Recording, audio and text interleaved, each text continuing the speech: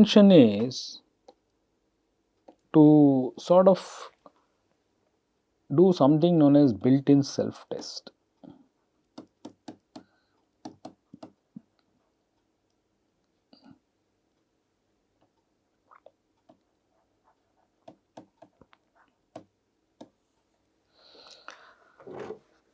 So, I have a circuit under test CUT. When I manufacture this circuit, right, I will have to use a tester, right, to apply the inputs and look at the responses. Okay. The tester has to remember an input. Let us say this is a 256 inputs are there to this circuit and the test, right, and then there may be some 128 outputs, right, and I may have a large number of test vectors. Okay. So, I will have to remember, let us say there are 5000 test vectors. Okay. So, for each of these test vectors, we have 256 inputs and 128 outputs. Okay. So, total number of bits that we need to store are 5000 multiplied by 256 plus 128.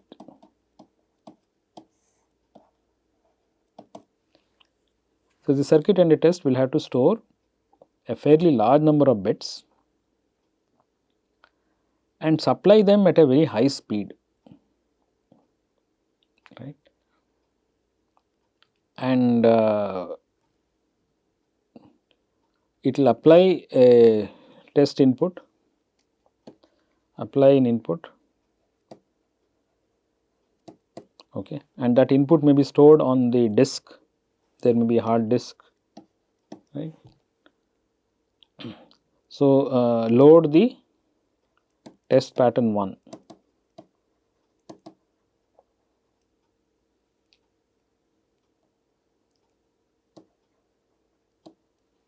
apply it to input.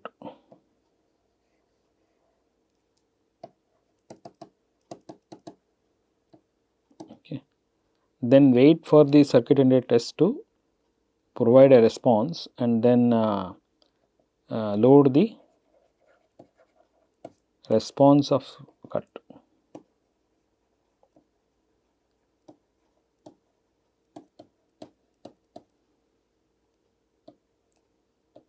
So, this is the expected response, okay, and compare with actual response.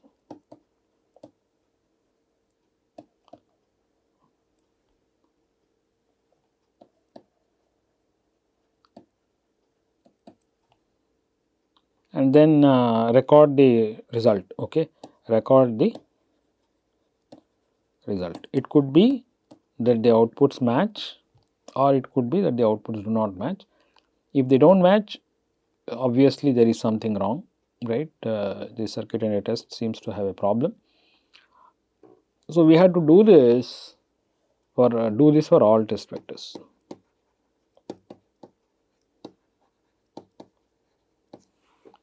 So, you see for very large circuits,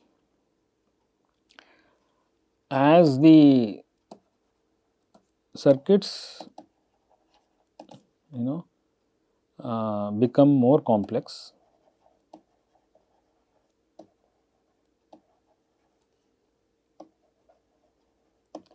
the number of test vectors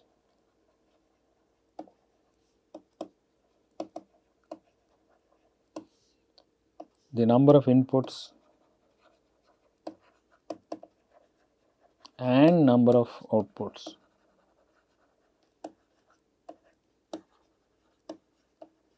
are all increasing.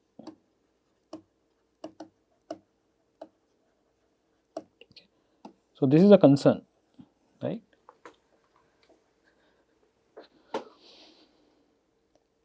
So, storing such a large number of bits, okay, that is sometimes called as test data volume. Test data volume, that means the amount of bits required for test purposes. Okay, this is known as a test data volume, or sometimes called a TDV. If the test data volume is very large, then the tester becomes very expensive. Okay. See, though I mentioned disk here, okay, you will realize that I can't keep going to the disk to load these patterns, because it will become very slow. Disk is a very slow peripheral. So, the tester will have to first load everything from the disk into some internal memory, which is high speed memory, right. So, it will need this much actually physical memory. Okay. So, that is what makes the tester very expensive, right. And when these complexity of the circuit is increasing, the test cost goes up, because the testers are more and more expensive, right. And you will also realize that the test application time will also be high, okay, because everything is stored externally, right. And the dependence on the tester is also very high. Okay, see, imagine, right. So, let me give you an example here. See, suppose I have made a very large number of chips, right. See, suppose I have to supply some 10 million chips. Okay.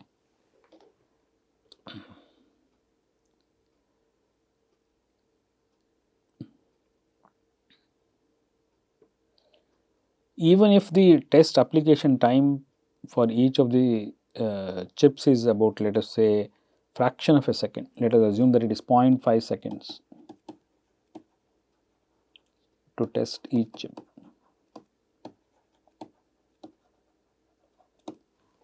So, 10 million multiplied by 0.5 million, 0.5 is about 5 million seconds.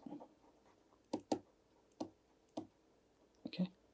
Now, 5 million seconds is a large number, right. Let us figure it out. I mean, we can see how big it is, right.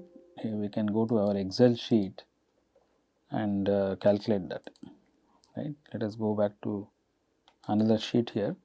So, suppose I have 5 million, 5 million is 5 multiplied by 6 zeros, right, or 5E6 may be easier.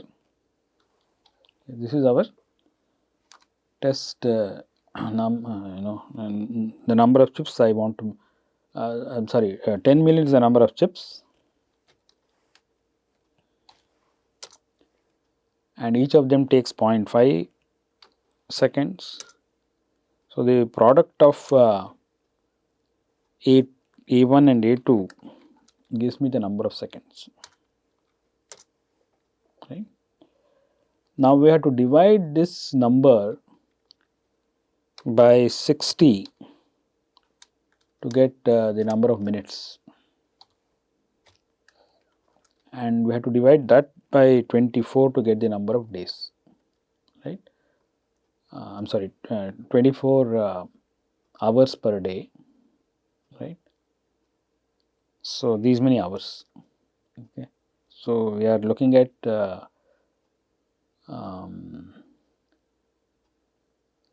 60 seconds is, I am sorry, I made a mistake. So, this is A3 divided by 60 minutes,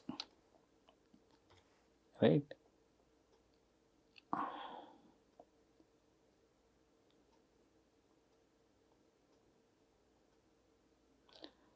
So, let us also do it like this. See, how many in a year, how many seconds are there? 365 days. Each day has 24 hours. Each hour has 60 minutes and each minute has 60 seconds. So, this is the number of seconds per day. So, let me write it down. Number of chips to be tested.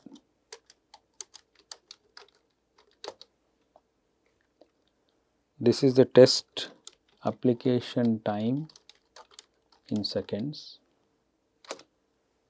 This is your total test application time.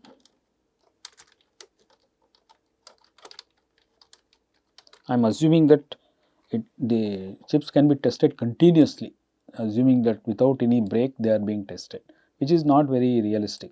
Okay, but even if you do that, okay, this is the number of seconds in a year.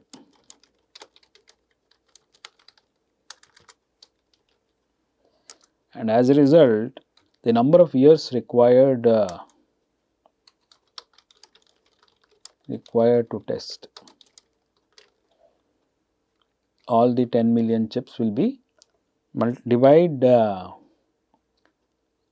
A3 by A4. Okay. So, you can see that is about 0.2 years,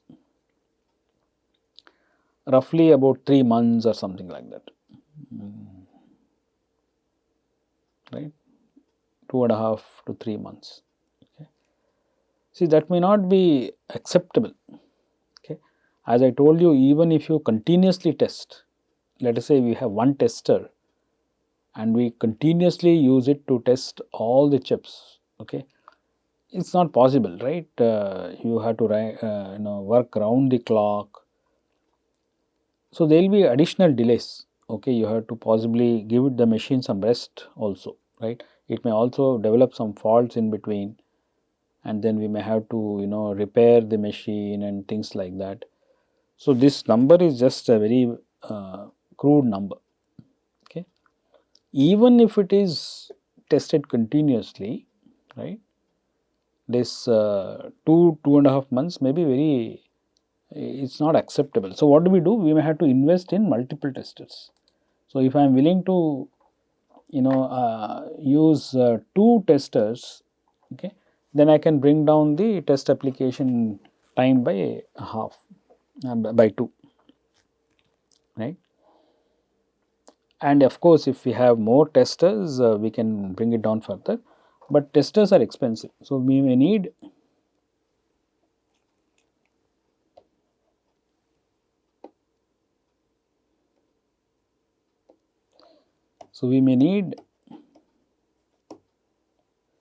multiple testers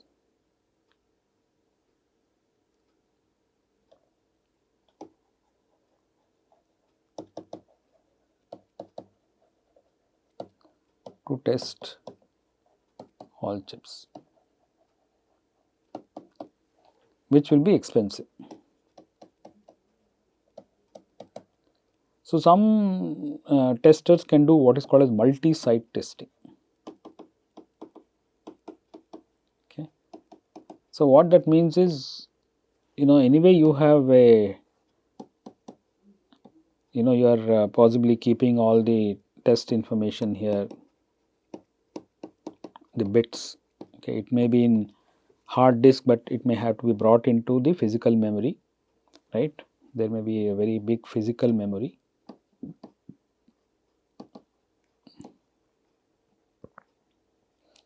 So, having done all that, instead of testing one chip at a time, you may be able to test multiple chips. So, if you are able to apply the same test to 4 chips at a time, okay, then that becomes 4-way testing. Okay.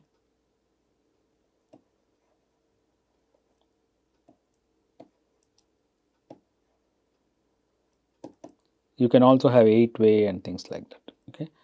So this will also be, this tester is also going to be more expensive. So it may not be as bad as buying many testers which can test one chip at a time, but it will still be more expensive. Okay, even multi-site testers will be more expensive than single site testers, right? So the question is, testers are expensive, right? So can we, testers are expensive,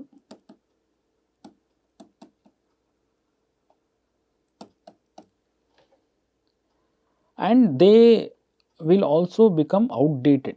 They also get outdated over time.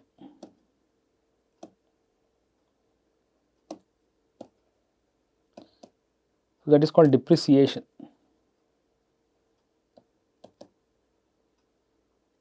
Okay. So let us say the company bought a tester in a particular year, right? Remember, this was at this point, let us say the technology, the going technology was, let us say, 45 nanometer. Over a period of time, the technology will keep improving. New packages will come, better technologies will evolve, right?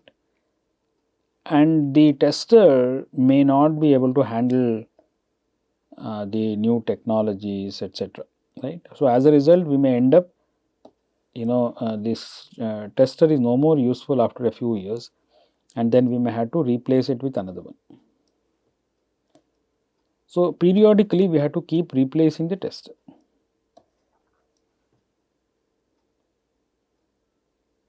So if, let us say, the number of years that you can use a tester is, let us say, 5 years, and you paid, let us say, about $1,000,000,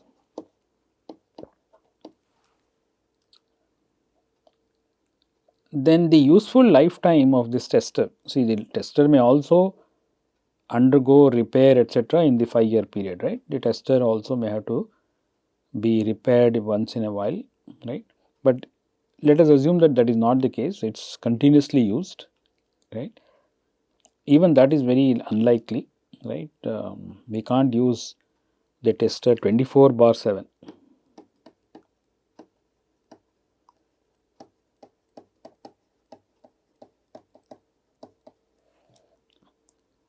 But even if you do so, then the effective life of the tester, that is what, 5 years multiplied by 365 days multiplied by 4 hours multiplied by 60 minutes multiplied by 60 seconds. Okay.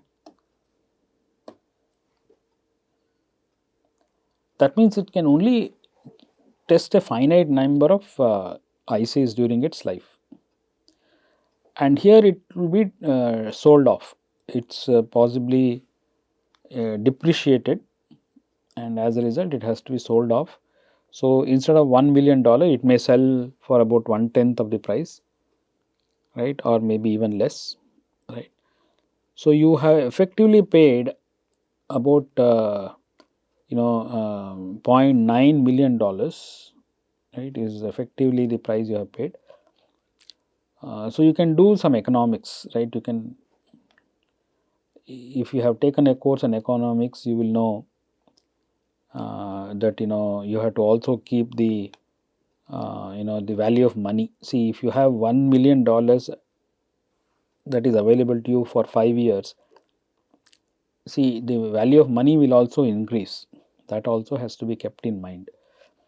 Whereas here, when you buy the material, which is a tester, its value will decrease over a period of time, right. So keeping all that in mind, if you do the arithmetic, right, you will realize that the test cost can be given in what is called as cents per second. Remember, $1 is 100 cents, right. So in a very simplistic situation, Assume that we have spent $1 million, okay, and we are going to sell it off at $0.1 million at the end of the lifetime. Okay, so we'll pretend that effectively we have spent $0.9 million.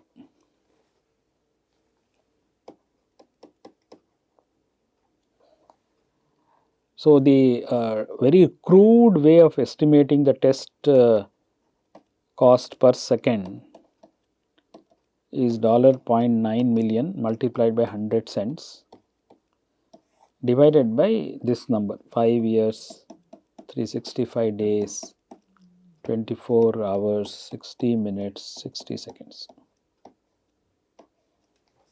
Okay. So this is the reason why test application time is very important. Okay. The cost of a tester is given in cents per second. Okay. We can do this math. Okay. You can simplify this and figure out how much is the test cost in cents per second, right? Cents per second.